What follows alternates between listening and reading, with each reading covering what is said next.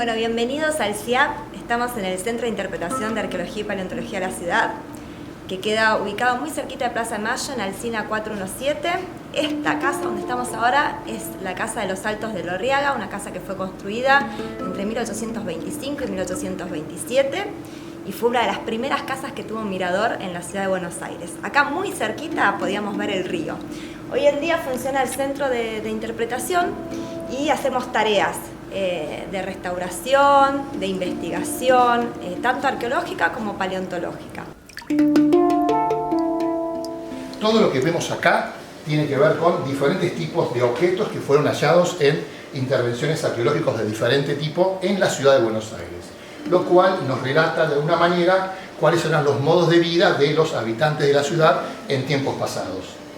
Si ustedes ven bien estos objetos, aparentemente están dentro de todos bastante íntegros. Sin embargo, no es la forma en la cual los encontramos. Estos objetos generalmente se encuentran fraccionados. Si los observamos bien, han pasado por un proceso de restauración que se lleva a cabo también en este lugar a través del equipo de restauración y conservación que también depende de la Dirección General. Bueno, lo que podemos ver acá en cuanto a lo paleontológico es sobre todo la fauna que existía hasta hace 10.000 años en la región y que era llamada megafauna debido a las toneladas que pesaban en vida. O sea, pesaban más de una tonelada y por eso se les llamaba así. Era representativa de la región pampeana y nativa y solamente existía en esta región. Por ejemplo, el llamado oso de las Pampas, que fue el mayor oso que existió sobre la Tierra, lo hemos encontrado, por ejemplo, cuando se hacían las excavaciones de la estación de subte Alem, ahí en la esquina del Luna Park, se encontraron restos del cráneo. Y también en esa ocasión se encontraron otros restos, se encontraron restos de Gliptodon, de este gran armadillo, pariente de las mulitas actuales, pero que llegaba a una tonelada de peso y en algunas ocasiones llegaba a unos 3 metros de altura, así que era un tamaño aproximadamente a un auto, ¿no? Se lo compara generalmente. También se encontraron, todos estos que estábamos hablando eran herbívoros, ¿no? Grandes herbívoros, pero también había predadores y el más grande de todos fue el Smilodon, que lo tenemos acá representado, y acá tenemos un esquema, una reproducción de cómo era su cráneo, ¿no? Cráneo y mandíbulas. El Smilodon, también conocido como tigre diente de sable, era sin dudas el predador mayor de esa fauna, junto con el jaguarete y el puma, que también existían en esas épocas, pero que ellos sobreviven a esa gran extinción de hace 10.000 años. En cambio, el Smilodon desaparece junto a esta gran megafauna, toda esta que estábamos hablando, que era herbívora.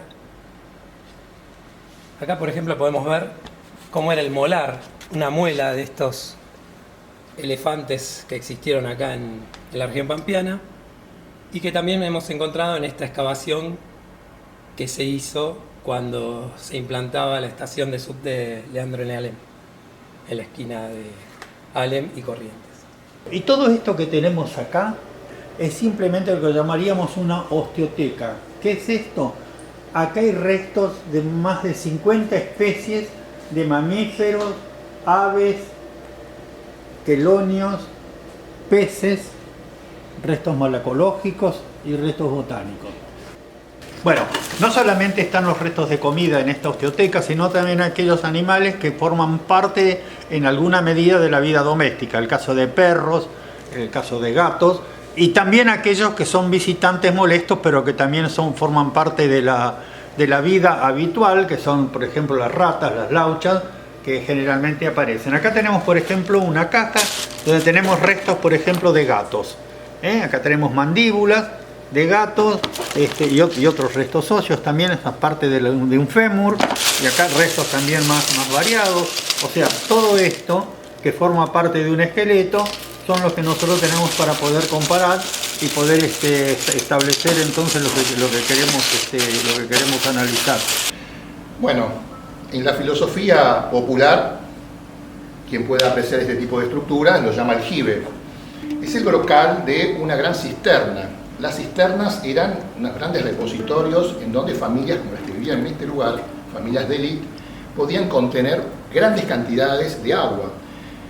Si apreciamos bien, todo este patio está formado en gran medida por un gran recipiente en donde se recibía agua a través de unos albañales, unas canaletas que recogían agua de lluvia.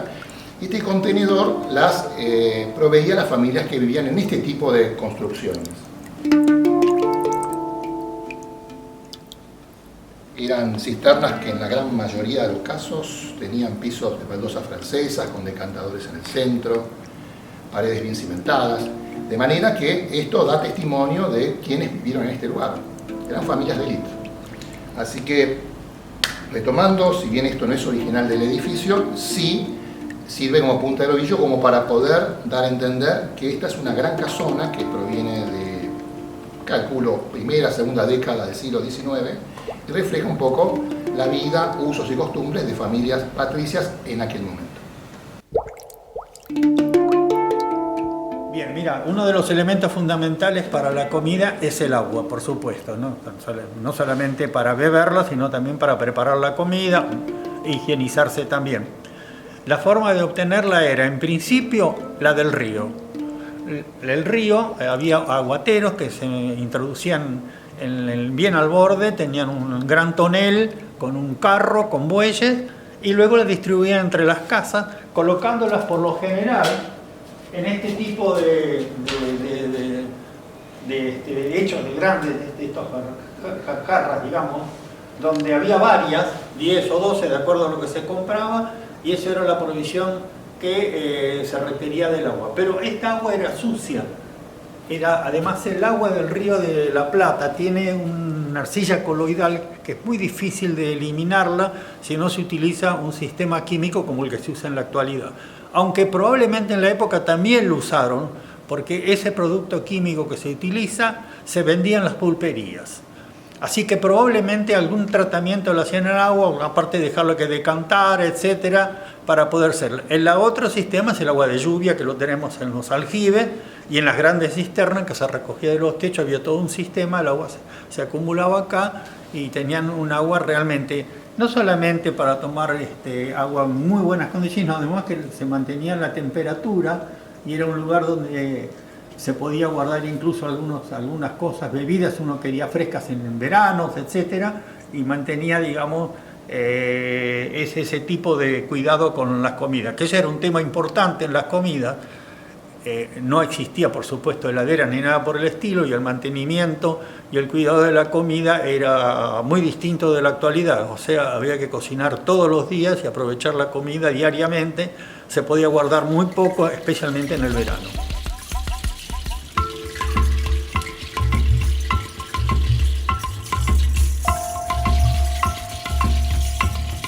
Bueno, acá todavía hay restos de partes de la casa que construyeron la familia que vivió acá y que va desde la esquina hasta casi mitad de cuadra, gente de posición, gente de fortuna, como decía Mariquita Sánchez. Bueno, acá todavía hay restos de aquellos muros, como este, por ejemplo, que se nota claramente que se han tomado con una mezcla de barro y que se preparaba con tierra, con el pasto picado y que se colocaba, incluso a veces hasta colocaban trozos de huesos bien partidos. Eso se observa, por ejemplo, en otra casa que hay muy antiguo, se observaba en San Juan 338. Lo que tenemos acá entonces es parte de la historia de Buenos Aires en cuanto a la parte constructiva.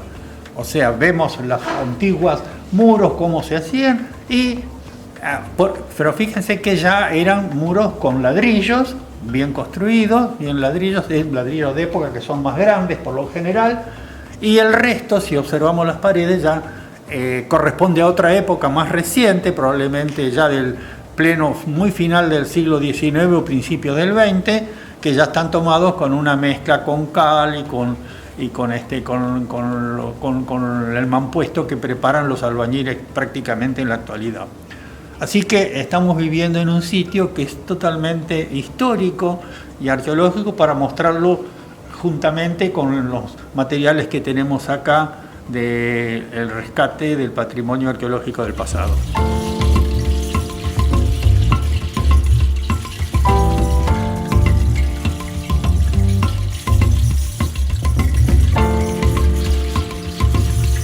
Esta coraza de Blintonte que vemos acá procede de la localidad de Ernestina, cuando hicimos un rescate en una escuela abandonada y bueno, está en proceso de restauración actualmente.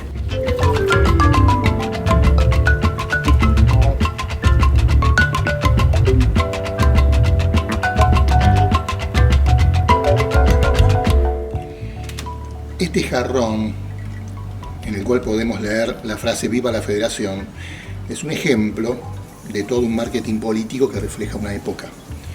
Estos son objetos que reflejan toda una época. En un sitio cercano a donde estamos nosotros ahora, Moreno 550, se encontró gran cantidad de platos que tienen que ver con este tipo de diseños y con este tipo de frases. Por supuesto, ese sitio estaba vinculado a la presencia de Rosas en el lugar.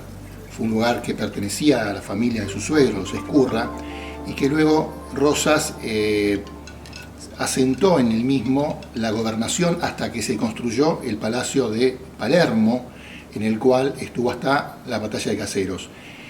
En esos años la familia Rosas se asentó en ese lugar y durante los trabajos arqueológicos desarrollados en los últimos años se encontró gran cantidad de platos que están también en proceso de restauración y que tienen que ver con este tipo de tipografías, con este tipo de mensajes vinculados al rosismo de la época. Este es un tubo caudal, o sea, la parte de la cola de un Blintonte de menor tamaño, que no llegaba a 1 tonelada de peso, sino que aproximadamente llegaba a unos 250 kilogramos. Y lo que tenía de particular que estas marcas que se ven acá salían un tipo de púas, ¿no? Con la cual se defendía este armadillo gigante.